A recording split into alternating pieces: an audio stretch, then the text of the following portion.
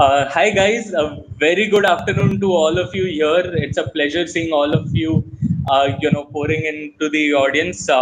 Today is a great afternoon, and what's going to make it better is the guest that we are having along with us. So, guys, Mr. Bala Subramanian does not need any introduction as such. Perhaps he's amongst the most authoritative voice when it comes to the mutual fund industry. He's the most prolific veteran that I personally know in the capital market space, in the mutual fund industry specifically. Bala, a very warm welcome to Fisdom Wealthcast. It's a pleasure and an honor to have you on the show.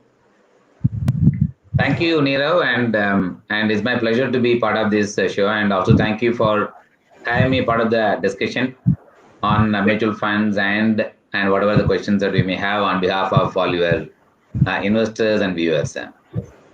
Thanks a lot for your kind words, Bala. In fact, I feel times like now, the theme of this entire show is called times like now because investors are pretty confused about what's happening in the markets today, right? And we will be talking a lot around debunking myths around investing and sort of demystifying the current market situation.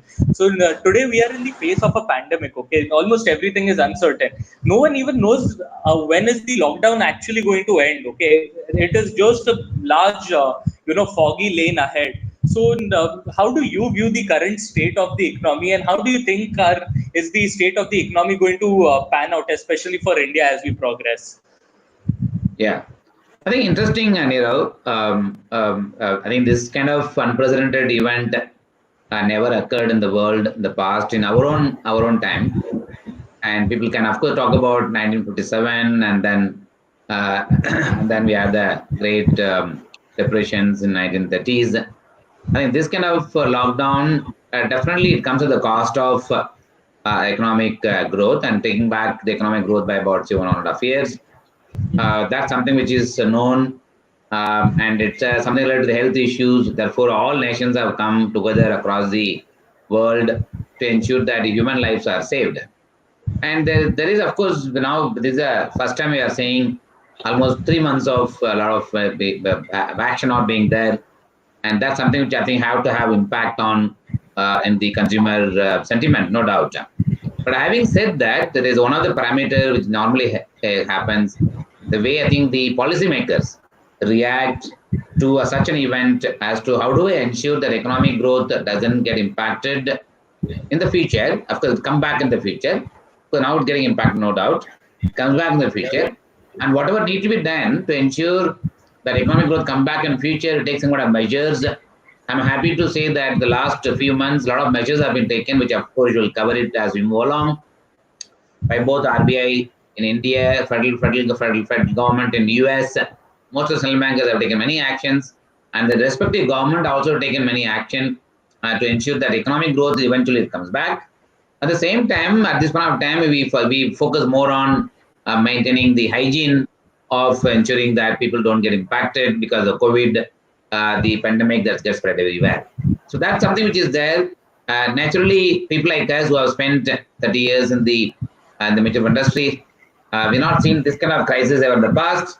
At the same time, we have seen this kind of crisis in some form or other, and after every crisis, we only come back very strongly. I'll start with that kind of positivity in my mind.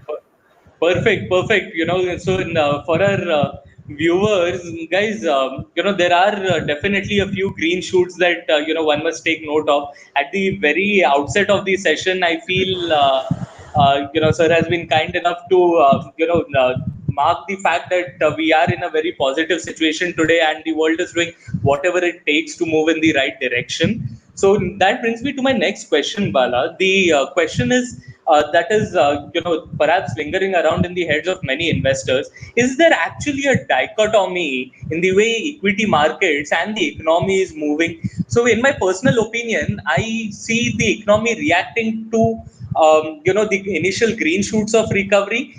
Sure, we can debate that it might be more amplified and more amplified than required, but is it a natural reaction to the green shoots of recovery, or is it just sheer exuberance and liquidity that is chasing the equity markets, or perhaps there is a school of thought that this is action bias playing at a very large scale. So people have been sitting idle for too long, and they don't know what to do, so might as well buy. So how do you decode this entire situation where people are saying that the economy is slumping yet the equity markets are running? How do you view this situation? Yeah, I think interesting, Nirav. First time ever, I'm saying a larger participation coming from individual investors during the lockdown period. Because during the lockdown period, it's common for everyone, common across the country, across the world. Learning has become one of the common theme everywhere. So I would assume a lot of people have also been learning how to trade in the market, how to deal in the market, how to buy and sell. And somebody who has already learned it, but he never used to get time. Of course, that kind of participation is there. I have no doubt on that. It's not just only India phenomena; it's a US phenomena. It's a phenomena that has come as a habit in China as well. So India also is not an exception to that. But having said that, one of the area which I think is it's actually pinching, especially global investors, the pocket is around the interest rates. The interest rates come to such a low level, as I mentioned earlier. Central banks have done a lot of great work. The interest rates have come to about 0.5%, 0.4% kind of things in US. I'm saying. So if you have to take the same interest rate level to the rest of the global market, interest rates have come down very sharply. When in India too, if you look at interest rates have come to as low as about 4.5%, 5%. This kind of rates are never seen in the past. So obviously one of the question could be that when I am searching such a low interest rate, should I look at any other asset class that could be giving me a better return over a period of time? But at the same time, it also carries a risk, and that's why I think equity falls into play. But having said that, the market always reacts ahead of time about the recovery. If you look at the market, it got punished the month of March. On 23rd of March, between 23rd and 31st, market got punished and collapsed by almost 35%. Had it not been such a sharp fall, had it been a gradual fall, the pain would have been the highest. But because the fall came down so sharply, the market became in some sense attractive on price to book multiples and few other dividend multiples, but not on the price earning multiple. What is not known to you today, earnings, how the company earnings are going to come back. That is the only thing which is not known. Whereas if you look at all the other things, the prices are cheap, is available at historic low valuations and so on and so forth. So there is an element of positivity which came back when the index touched the level of close to about 7,600, 7,800. So that is the time if you see the entire pullback that has come from that period was because the fall was so sharp, it had to bounce back up to an extent. And then subsequent to that, because the liquidity is pinching everyone, it's so large, the global money started coming into the emerging markets. Therefore, the equity positivity is coming back. As I mentioned earlier, the earnings come later. First comes the flow, market gets pulled up, then comes the economic activities, then comes the earnings, then market will move up further, then consolidate. We are in that cycle where in a upward cycle. But having said that, I think a lot of people have been waiting for correction to come. By my own experience, when you expect the correction to come, it will never come. It's like if you want the rain to come, rain doesn't come. And you don't want the rain to come, rain will come. I think equity markets are like that always. So like you said, so guys, for the audience also, correction perhaps is like that relative who pops up at your doorstep when you least expect him. Okay, so there's no point anticipating.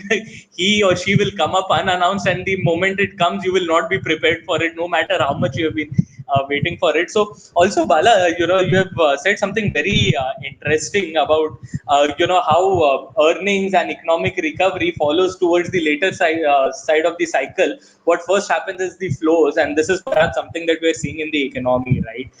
So I personally have a notion that I keep sharing with our investors as well, is that the market and the economy is a byproduct of collective faith.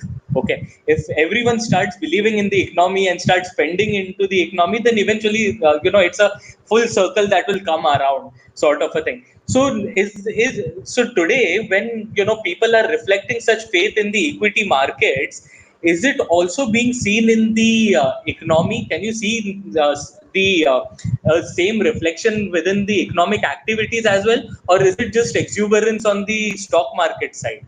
On consumption majorly, I would Love to hear more about how private consumption is shaping, how rural consumption is shaping, because these are going to be the lead indicators. Or if not, what else do you think will be playing a pivotal role in the great Indian recovery story? Yeah. I think interesting, Nirav. I think if you see the first 1 month during the lockdown period, there's a lot of apprehensions how things will shape up. I think the May or June when things started getting a little better than what it was in the past, there was some bit of pent-up demand which came in the month of June as the lockdown got relaxed in some parts of the country. You saw suddenly the pent-up demand coming. Where was it getting reflected? It was getting reflected on cement sales. It was getting reflected on two-wheeler sales. Suddenly, people have started thinking that I would rather take a two-wheeler to ensure that I keep a social distance. And that's why I think some bit of two-wheeler sales are come back. So the same period, we saw actually tractor sales picking up because agriculture sector is relatively immune to COVID, and agriculture activity has to happen. Therefore, rural India will have to start driving it. We saw actually tractor sales doing actually the best the last some number of years and the first quarter. But now the question is, the demand is coming largely coming from the rural rural demand. I think rural is remaining somewhat unaffected on the COVID, except people have become more disciplined in the rural India because the crowd is also relatively less and the monitoring and supervision is far superior, and therefore the discipline is quite high. At the same time, they continue to carry out their activities within the agriculture sector. We have saw some demand for fertilizers, pesticides, and then mechanical equipments within the farming equipments. We saw some kind of uptake in that. Therefore, we cannot just say things completely came to a standstill. Some after it came to standstill for a month, then people figured out how to actually come back on track. At the same time, we have seen the food industries have done exceedingly well during the COVID period. They have seen a significant packaged food companies. They saw actually significant uptick in sales. We recently saw another company's number. I'm taking the companies also named for the sake of understanding. Like Britannia came with the fantastic numbers. During this period, people have seems to have consumed quite a lot. Rather bought more probably during this period on biscuits and other eatable items and so on and so forth. Therefore, I think it's quite mixed, and we also cannot say that things are not been coming back in certain sectors. So I would assume we are not seeing too much of signals coming in. The things will be extremely good.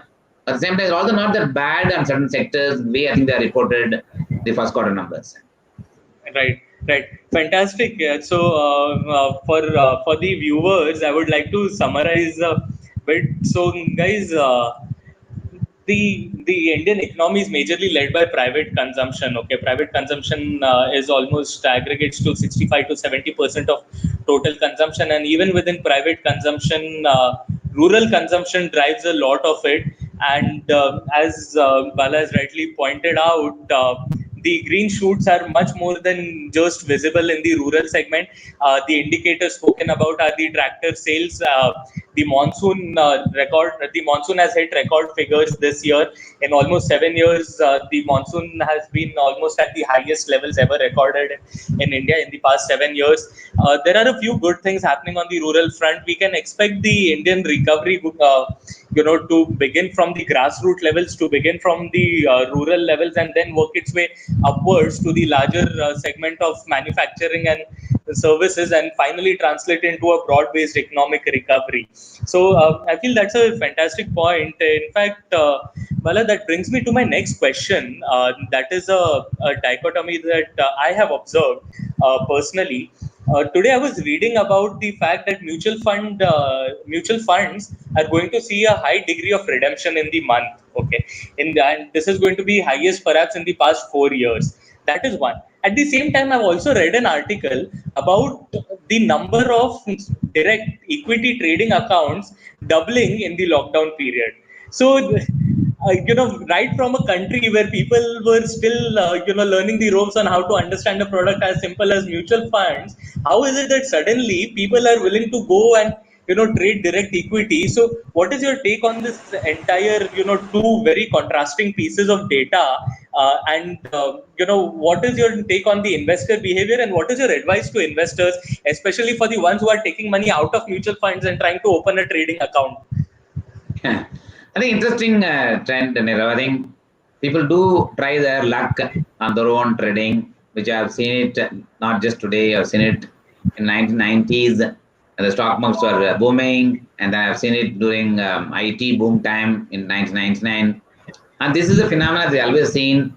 Generally, people try to see their luck by participating directly in the market by through a speculation or through a direct investing and so on and so forth. Today, information is not is available in abundant.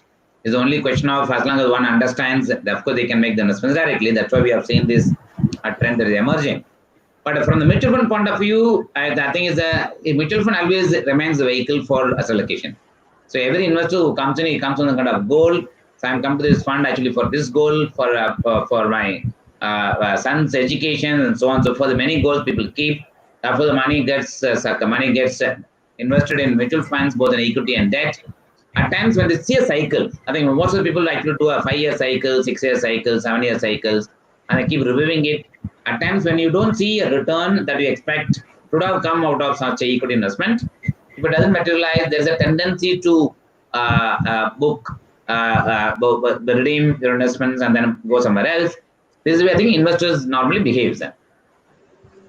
But this is something is a small proportion. I think given the industry size that we have seen, which has been growing for continuously for some number of years, and these kind of things, especially when the market has run up, when economic outlook still uncertain because we are still living in lockdown period, the market is still showing an element of strength. There will be always some skeptic, some people who are sitting on the fence, what to do with such kind of investments. It's bound to see such kind of redemption coming in a small way, which is of course good, healthy. Then they'll also realize when they come back. Believe me, in 2008 crisis, we saw a similar trend that the world is going to come to an end, and equity market is bad to make an investment. And 2013, 14, 15, 16, the complete return came back when economic recovery started coming in. And that's when people realized equity is something we should not worry about the longer term. But obviously, in the short term, various needs would make people to redeem. But again, remember that number that is coming, of course, while it's negative, no doubt, it is a trend. They are talking about negative because it is deviating from the past trend of seeing only positive flows the last 6 years. Therefore, 1 month or 2 months, if it's going negative flows, it becomes actually a newspaper headline. Obviously, because it's a change of trend. But if you ask me, the trend, I think, change is only temporary. I think as the lockdown gets lifted, economic growth comes back, you'll see that flows coming back to mutual funds. In fact, it is quite surprising because this is going to be my next question. I was going to ask you that mutual fund investors have not been making money since quite a couple of months or almost years. So I feel you have already covered it. That was going to be my follow-up question. So let's move straight into the larger sort of question facing the investors. It is perhaps going to blowing up to be the largest debate on internet forums. It is about active versus passive investing. Okay, this is by far a very popular topic, especially because passive funds or index fund returns have been doing phenomenally well in the recent past. Okay, they have been overshadowing the returns of active fund managers that they're delivering. And obviously, the way I look at life personally is because there are a few heavyweight components that are dragging the index, and that is why the index funds are doing well. But at the same time, how do you view the case on active versus passive? India still being a semi-efficient market, still having information asymmetry, still having the potential to generate alpha. Is it too premature to try and ape the West in sort of steering towards passive already and index investing already, or is now the future already? And now is the time where we should start building position in passive indices. How do you view this entire debate around active versus passive? Yeah, of course, one has to keep in mind the market is also getting matured day by day. I think market is getting matured. The index constructions keep changing. Sometimes index is being driven, Nifty is being driven, Sensex is being driven by one or two stocks because of the weight that is there in index, and that's where the index outperformance at times comes in. But given the fact that India has got more than 3,000, 5,000 companies listed in the space, and there are many companies, the small and mid-cap companies that exist. The last 5 years or 6 years, we have seen mid-cap index not delivering.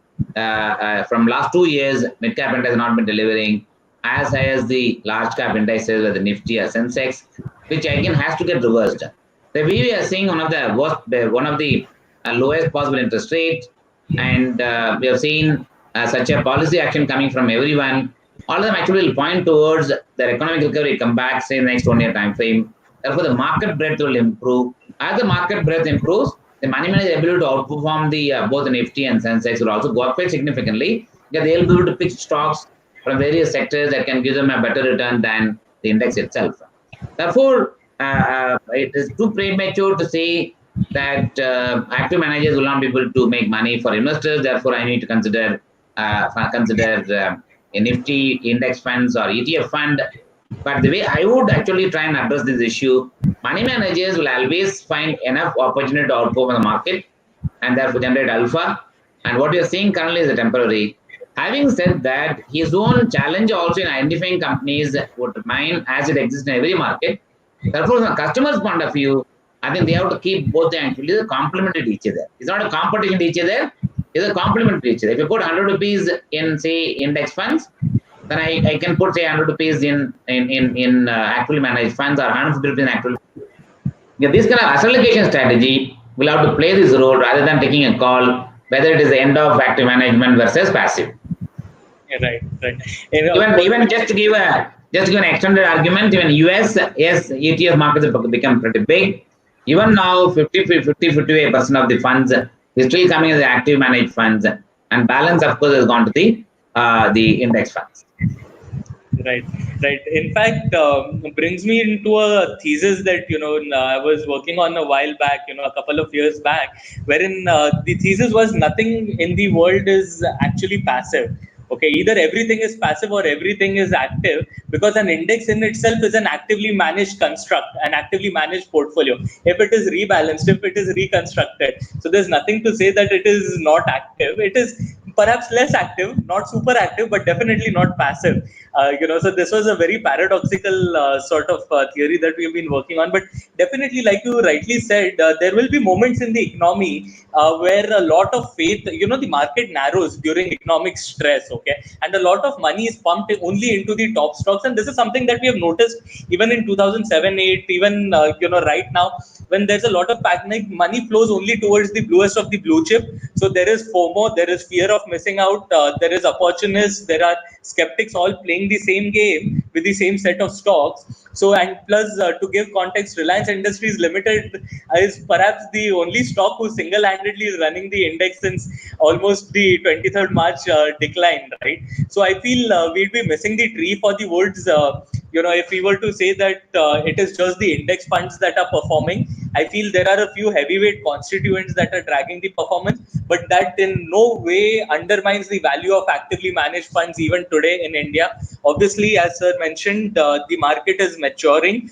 We will get there, but it will be too premature to say that there is no alpha generation opportunity yet in India. As sir rightly said, I will just extend on sir's point. There are 5,000 plus listed companies in this space. Out of that, trivia, mutual fund industries are investing in at least 1,500 stocks in among the universe. Out of this 1,500 stocks, Nifty is only 50 stocks. Within Nifty, there are only 15 stocks that are contributing to 75% of the returns. So just imagine the scope you are letting go of if you are actually talking about investing only in Nifty. And guys, let me remind you, the economy is not just made of the 15 companies that we are talking about. The economy is the sum total of all the companies that are functioning, even the unorganized segment. So perhaps ignoring the other companies at your own peril, but there is a huge scope in the active fund management space as well. I feel sir put it definitely right. It is all about allocating. Whenever there's a broad-based economy, the index fund will help you, give a kicker in the returns, and the actively managed fund in the long term will give you very good returns. So, sir, I feel that was a very aptly put sort of theory. I feel no one could have put it in a more, succinct and perfect way than you put it. This brings me to the next question. You are managing among the largest fund houses in India, okay, and, perhaps the largest, around the largest asset under management. Last I checked, it was somewhere in the ballpark of 2.25 lakh crore of rupees, approximately. It would have been higher. I'm sure it would have been higher by now. But this brings me to the next question that most investors have. How important is AUM as a parameter selecting funds? Is it good to have a larger AUM, or is it detrimental and it takes the nimbleness out of the fund manager? I feel a lot of us investors are speculating within ourselves in circles, okay, and all of us have our own version of the story. But you have been one of the most prolific fund managers, and you are managing perhaps the largest fund houses in India. I feel there's no one better to address this concern than you. Please, would you touch upon this? Yeah. I think interesting, Nirav. See, the mutual fund job is to actually increase the penetration. So, one of our tasks is actually is the take the mutual fund industries to every person in the country to make it part of his portfolio. Then mutual industry has to become as large as bank deposits. So that's something which I cannot take it away. And you also cannot say that because you are not able to have the nimble-footed approach in investment, therefore I'll not take fresh money. You can actually keep slow. You can keep a slow target, etc. But it doesn't happen like that. Therefore, that's something I think we have to take it as a given. Size will grow. But having said that, in a smaller size, a money manager is able to actually identify companies whether it's large cap or mid cap, and the impact of that in the portfolio could be a little larger. At the same time, you also can take a risk of owning the company. See, where the size becomes an issue. The larger the size, my ability to buy as two small companies, say 500 crore, 1000 crore market cap, is actually goes away completely because it becomes too small, too tiny in the portfolio. Even the fact that most of the people don't have very large portfolios running in number of stocks going in 200, 300 kind of stocks. Nobody owns it. The average number of stocks which people are owning in the portfolio roughly about 50. So this is where I think the question comes. So then you have to take a stand that, okay, I'll not be able to invest in a very small companies, given the fact my size is large, then you have to look at the best alternate investment that we can make within the large cap space. That's why I think that it keeps evolving and keep moving. Having said that, also you should remember 80% of the market cap is coming from Nifty companies, Sensex companies. And the rest of it actually contribute 20% of the market cap. With these kind of things in mind, I think from money manager's point of view, with a good mix between large cap and multi cap and mid cap, I think he will be able to manage the portfolios. At the same time, what he has to communicate is the unnecessary expectation we normally set in. If it's a mid cap, we expect a thoughtful return, substantial higher return that we expect. These are some of the expectations have to be moderated so that the moment my expectation of return gets moderated, naturally behavior get moderated. The moment that gets moderated, then you get an orderly flows into the mutual funds in the long run with no big expectation that we keep in the short term. Having said that, money managers generally tend to do well in a cycle of say 10 years, 15 years. Globally, now people have moved their metrics from 5 years to say 10 years, 15 years kind of thing. People use actually mutual fund for saving the retirement money, the longer term money, rather than looking at mutual fund for the purpose of speculating. Right, right. So I feel this puts an end to all the opinions that people are circulating amongst themselves. So I feel once and for all, it was required someone set the record straight, and it couldn't have been anyone better than you. I feel it is. I mean, it is good fortune that we had you set the record straight. So guys, it is not as much about the AUM. Okay, the market will open up, the opportunities will also open up. It is not a limited box in that there are not a limited set of opportunities that can be played. So it has more to do with the fund management approach, more to do with the investment philosophy, more to do with the framework, more to do with the quality of overall fund management than anything else. Obviously, AUM can be critical in a few pockets, and a smaller AUM may not really help. When a fund manager wants to take bigger calls of which requires bigger ticket sizes, those are certain limitations. But let me tell you, this is just a checkbox parameter. This is in no aspect a parameter in itself. Okay, this is not even a criteria in itself. It is just a check mark that you got to look at before investing. It's not going to color your investment decisions in any way to a great degree. So I also happen to read, Bala, that you have been managing even offshore funds, right? And I've personally, within circles, I've heard very great stories about your outlook on the global markets as well, and the way you are able to extract opportunities in markets even beyond India. So this brings me to the next question, wherein almost every retail investor claims to be an armchair analyst and a market pundit while sharing their views on global versus domestic investing. A few of them swear by the fact that the US markets have always outperformed, the US indices have always outperformed the Indian indices, and that's how it's going to be. And there are a few who always harp about the fact that emerging markets is the future and India is perhaps the biggest darling out there for investors. So how do you view this entire debate about the opportunity being larger within the domestic economy or within global markets? Should international investing become mainstream as yet, or is it too premature to look at that? Yeah, I think the way one should look at Nirav is absolutely no doubt. Developed market, especially US, is done very well because of 5-6 stocks, which is the FANG stocks, which is the Facebook and Apple, Amazon, Netflix, Google. All of them actually have been driving the global market, especially the Dow Jones and Nasdaq are being driven by 5-6 companies. Therefore, those innovations, which again goes and spread everywhere across the global market, most of the people chose to own them because they became a global player.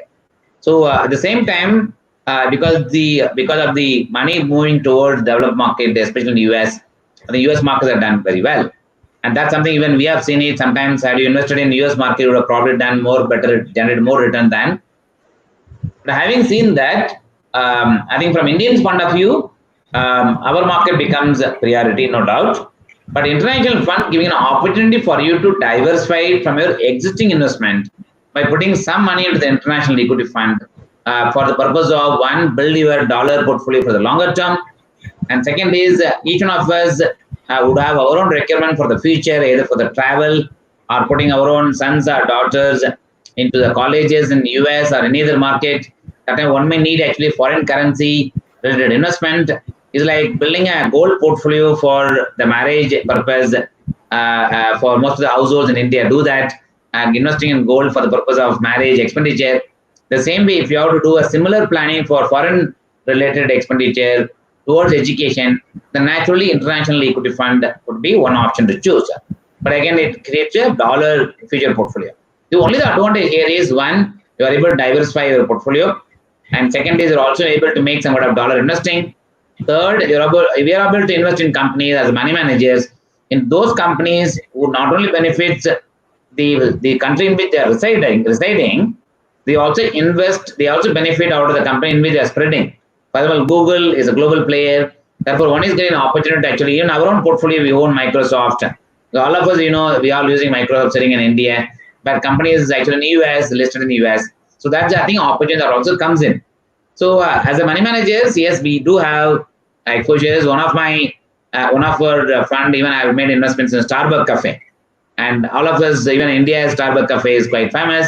So how to play this game through international investing? And it serves two purposes. One, you're able to benefit out of identifying companies to the bottom of the investment process. Second, you build your dollar portfolio for a future need. And both can be done by investing some proportion of money in these kind of funds.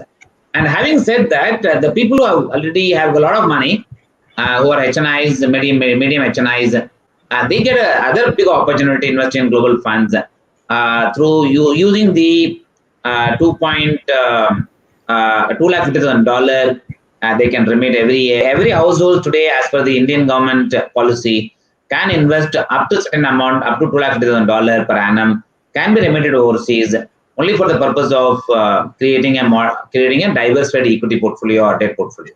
So this is something I think every investors have to keep in mind. Right. So I feel perfectly put. So for the audience, I'm just trying to summarize it. Guys, opportunity lies beyond boundaries. Okay, we are talking about boundaryless opportunities. We are talking about international asset allocation.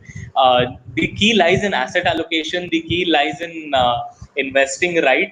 So Bala, when we are talking about assets, brings me, like, as we move towards the fag end of the session, brings me to another important question.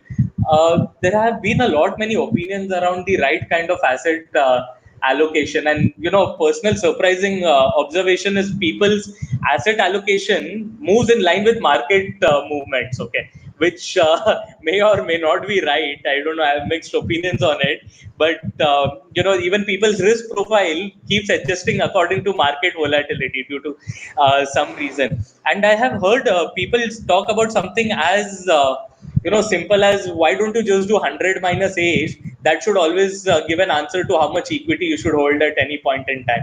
What is your view on asset allocation and these popular opinions? I think clearly there are different ways in which you can allocate money into various asset classes. And the point you just mentioned, the easy way to do is the age minus 100 minus the age should be your equity. Rest can come under the fixed income, gold, etc. That's one way of doing it. The way I've been following, at any point of time when you want to start it, you put 50-50. 50% you put it in equity, 50% you put it in debt. Then depending upon how the portfolios are behaving, you keep readjusting your portfolio in order to ensure you get a reasonably good mixed experience over a period of time. Because no one asset class will give you linear return in a short period of time. And most asset classes will give you, equity will give you a lot of ups and downs. It comes to a lot of volatility. Therefore, I need to have fixed income on portfolio. So where most of the people make the mistakes, they avoid fixed income, they go fully overboard on equity, suddenly realize equity is not making money, then start looking at something else, and then they come back to fixed income. By then the rates are low, you get into this kind of dilemma. The third way, in my view, is I think one can even look at. I wrote an article almost about 15, 18 years back. I wrote an article which is largely driven by what is the expected return in every asset classes.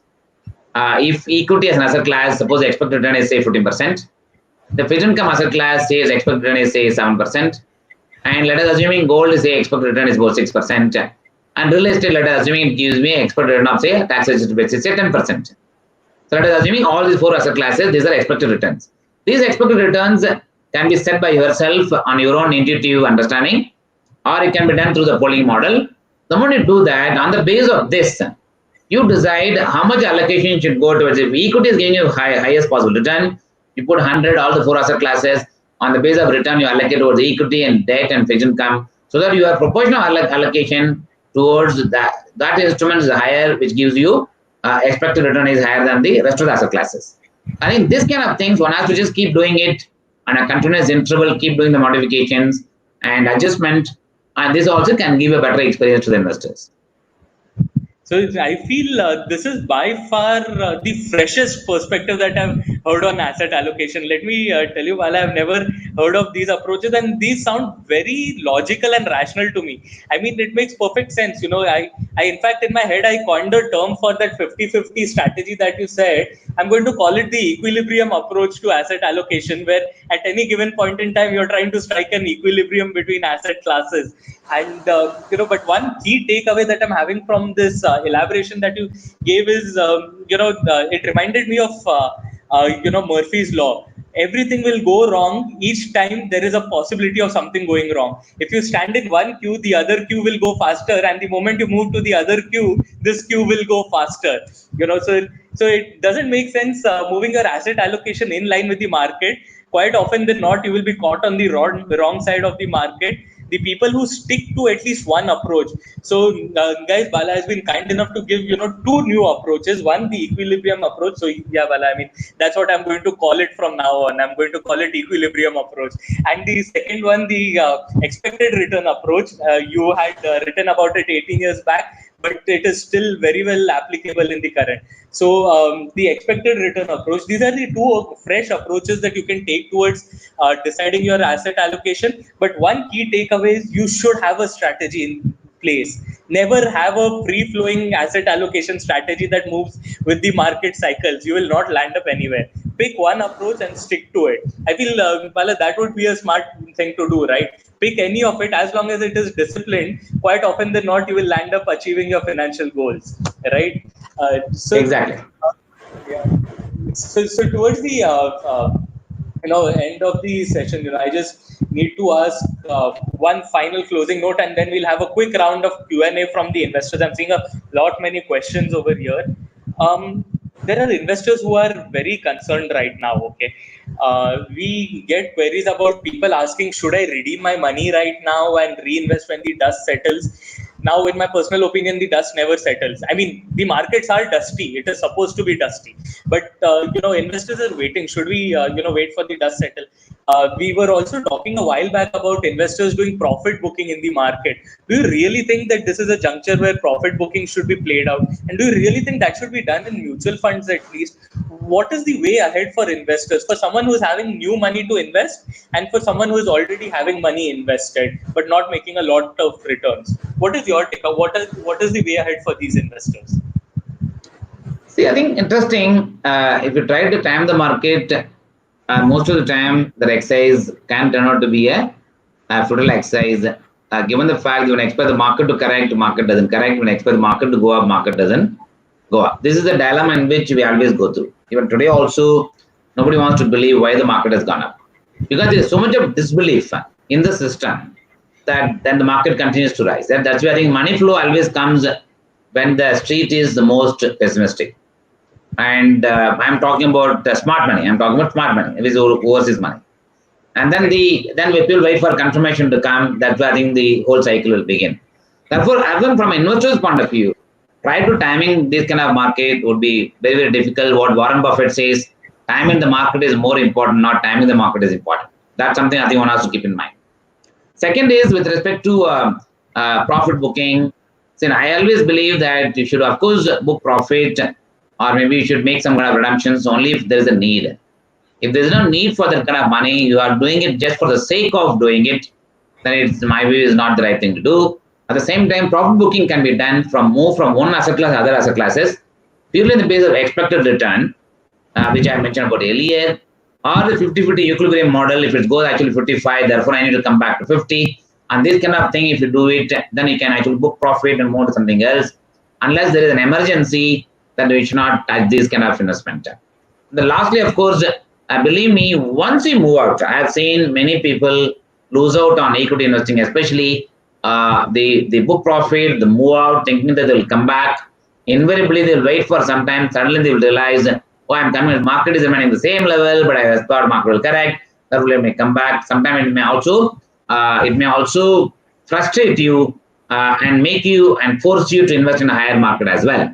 In order to avoid such kind of dilemma and such kind of frustration, I think staying invested, I think the best principle one can apply, except doing the course correction for the asset allocation from one to other, depending upon where you are positioned. Right. Perfect. I feel this reminds me of a very popular phrase. So the point aptly made. So for the benefit of the audience, I'm just going to highlight the key points Sir has made. One, your time in the market is more important than timing the market. Warren Buffett says that. Bala says that. I feel there is no reason why you shouldn't believe it. All right. The second most important thing is you should redeem your money only and only in two cases. If one, you have an absolute need for that money, or two, you need to rebalance the asset allocation of your portfolio. Apart from this, there is no reason why you should do it. For guys trying to speculate the market, Bala, I don't remember who said this, but I remember this quote: "Bulls make money, bears make money, pigs get slaughtered."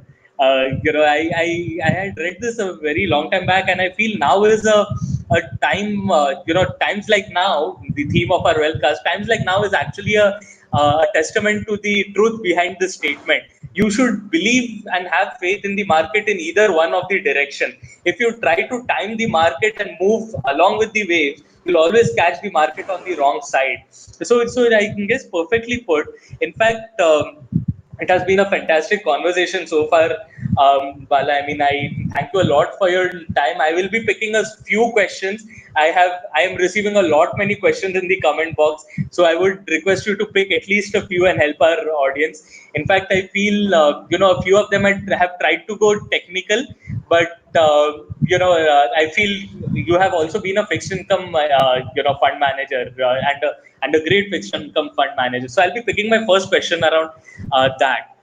So the question is around: do you expect the rates to go lower, and do you expect the RBI to cut rates further? So I feel the question comes from a backdrop that will interest rates go down further, and how do you view its impact on traditional investment options? Yeah, I think it looks doubtful that the RBI would cut the rate further, though they will keep the room open for cutting the rate further. And they also have room to cut rate further, given the fact that inflation is low, and in general, forex reserves have been good, and even outlook on inflation also relatively low, benign. So therefore, there is a room, but it looks doubtful they will cut the rates, given the fact they have done one of the highest rate cut since 27th of March this year. Almost about close to about 100 basis points rate has been cut. And irrespective of that, I think they also improve the liquidity in the system so large. Most of the banks are finding it difficult to deploy the money in the marketplace, because there is not so much of demand which is there for money to borrow from banks. Therefore, the lending rates will come down. As the lending rate comes down, the banks have to drop the deposit rates. Therefore, as an investor, the risk that you are running is not about RBI cutting rates further, and the risk we are running is actually the banks which otherwise used to give you higher rate of interest on 3-year deposit or 1-year deposit or 5-year deposits. That's going to come down quite sharply, because the banks are going to tell investors, no, I cannot take any more money at a higher rate of interest, therefore I'm dropping the interest rates. So that something will be the reality, and investors won't need to be look at alternate for this. This is what mutual fund fixed income comes into play. We go through the same problem, no doubt, but given the fact that mutual fund invest in the market at an ongoing time, depending upon how the rates are there in the market, and that's something if we give a 3-year or 5-year time frame, can actually act as a better alternate in such kind of scenario. Right. Perfect. I feel that precisely. I hope it answers your question. The person who asked it in the comment box. The idea is your traditional investments, the return offered on traditional investments will go down. You might have to explore newer opportunities, and I feel isn't that the exact case for equities? I feel that creates a stronger case for you to start dabbling into equities, albeit in line with your in consultation with your financial advisor. But I feel now's a good time that you start dabbling into it. So now I'm going to pick the next question, Bala, just because of the sensational words that are being used. Okay, it comes across as amusing to me. I'm sure it will come across as amusing to you.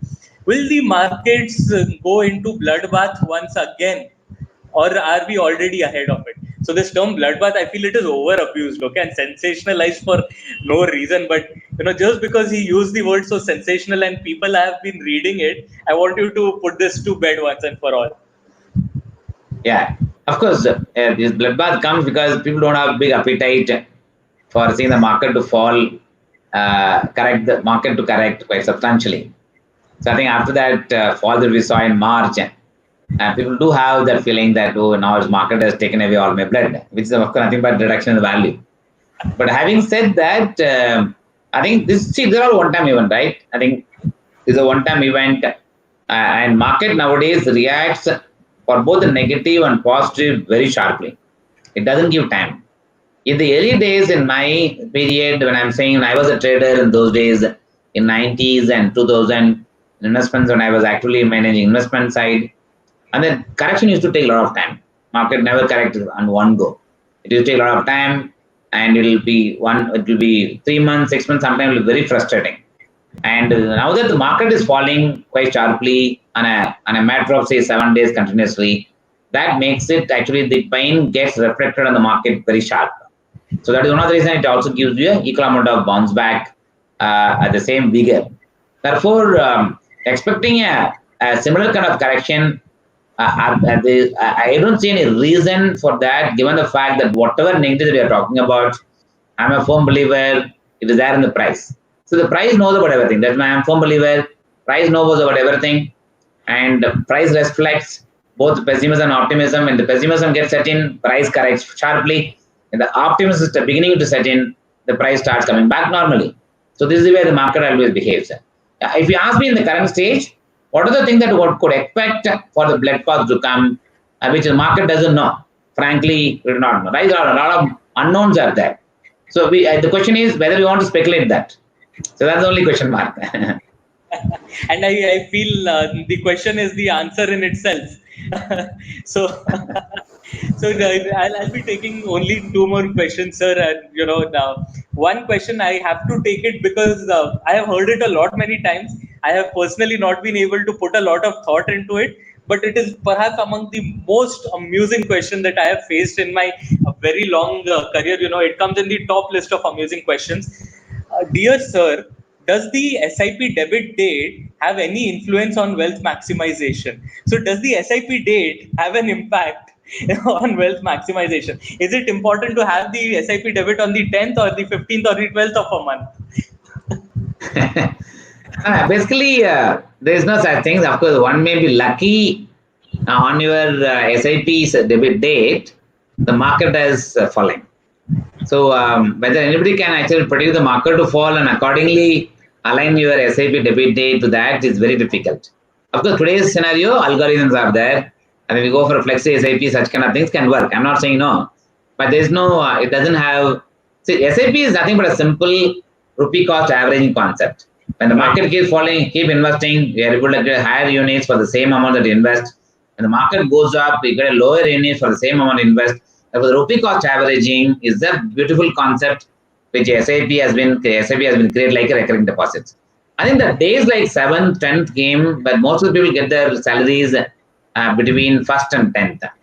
So that is one of the reasons. That is the time you'll have money in your account. That is the time you'll also not default of not making your SIP contribution. And that's the time you'll also feel committed because you see a balance in your account. Therefore, you feel committed to fulfill your SIPs that is meant for your long-term investing in your own interest. So that is one of the reasons why these dates have been fixed. Is not that there is some kind of science to it beyond the basic reason which I just mentioned. Right. So the theory of date selection in an SIP is void ab initio, guys. It does not make a whole lot of sense because the entire purpose of SIP is to average your rupee cost. And if you are already trying to time the market, then what do you want to average out? So it is sort of paradoxical in itself.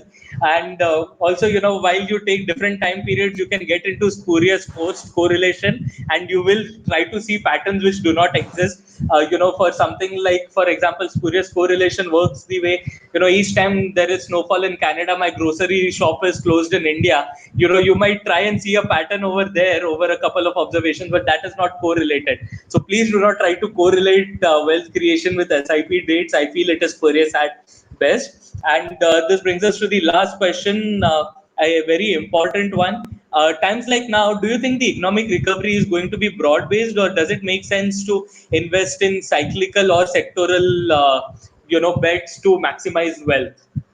So, should you have a diversified portfolio, or should you be highly tactical while choosing?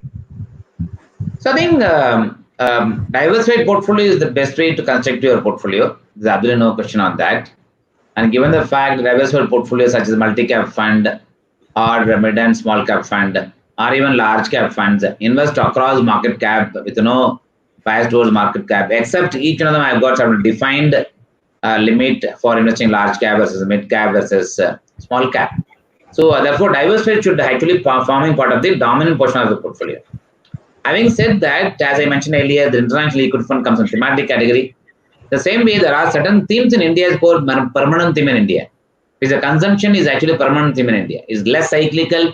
Company is actually here for not just one generation, for multiple generation.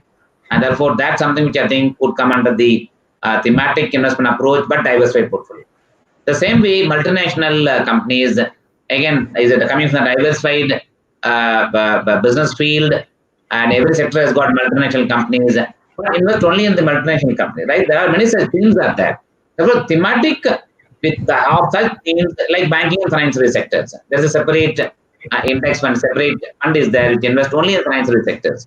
So therefore, from an asset allocation point of view, while you have a dominant portion of the portfolio goes towards the diversified equity funds which invest in large cap, mid cap, multi cap, you can also go for the diversified portfolio, the thematic category, which is specifically targeting to invest only in certain segment of the market.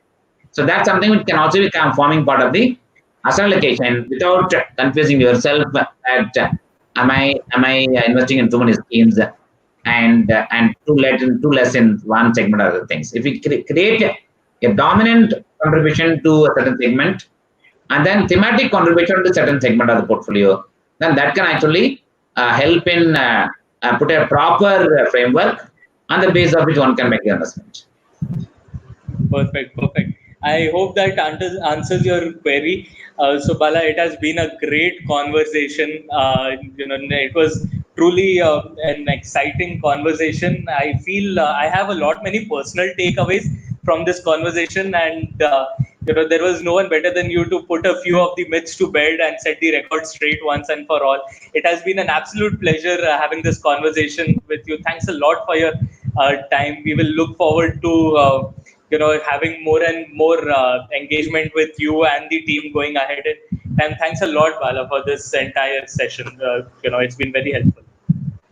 Yeah, thank you, Nirav, and thanks to Fisdom for doing this wonderful session to educate investors more and more about investing in the capital market, and especially to the mutual fund space.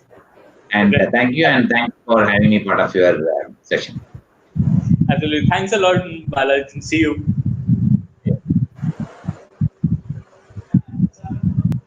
So, guys, this has been a great session. I hope it has helped you guys clarify most of the questions that you would have been thinking about. Obviously, बहुत सारे ऐसे comments आए कि ये session Hindi में भी conduct करना चाहिए, but obviously due to constraints and we will try, हम कोशिश करेंगे कि और videos हिंदी में भी conduct करें. बट आप सभी के लिए एक समरी के तौर पे मैं ये कहना चाहूँगा कि the most important key takeaways are stick to asset allocation. Asset allocation जरूरी है. ये सोचना समझना जरूरी है कि आप कितना equity, fixed income, gold, real estate etcetera asset classes में निवेश करोगे और कब तक करोगे, ये जानना और समझना बहुत जरूरी है. Discipline is the most important. Your time in the market is more important than timing the market. ये बहुत जरूरी है कि आप लंबे समय तक मार्केट में बने रहे, ना कि मार्केट को टाइम करने की कोशिश करें और ना कि मार्केट में ज्यादा से ज्यादा पैसा बनाने की कोशिश करें, पर अपने खुद के पर्सनल फाइनेंशियल गोल्स को अचीव करने की कोशिश करें. Right. So these are the few important takeaways. Also हमने बहुत बात किया on the most important topics, that is global versus domestic investment. We spoke about active versus passive investment, और सभी का एक ही conclusion आया है कि diversification is key. So guys, the most important takeaways for you investing today would be diversify, stay invested for the long term, stay disciplined. Perhaps these are the only short ways to make money in the markets. Stick to mutual funds. Perhaps mutual funds is the best shot that you have at capital markets today. Your discipline is going to play out and help a lot, even more than what you would have anticipated. So guys, it was great having this session. Stay tuned to the Fisdom on the Fisdom channel for more and more webinars like this. In fact, you will receive push notifications and emailers. If you still have any doubts, feel free to write to research@fisdom.com. अगर आपके अभी भी कुछ query बाकी रह गए, just एक mail send कर दीजिएगा on research@fisdom.com. The research team will help you resolve your queries. And guys, I've always wanted to do this, so don't forget to like, share, and subscribe to our channel. There will be a bell icon. Hit the bell icon and stay updated with our latest webinars and latest mythbusters that will be coming out in the time to come. Heads up, guys, the next session is going to be somewhere mid-August. You'll be lucky if I manage to set up another great and exciting webinar before that. And maximum, I will try to have something around the mid of August. So please watch this space, hit the bell icon so that the next time we come up with a webinar, you are informed of it and you do not have to catch us later through the recording. Also, feel free to write to us at research@fisdom.com. So thank you guys. Don't forget to like, share, and subscribe. Hit the bell icon and let's stay connected. See you guys. Happy investing.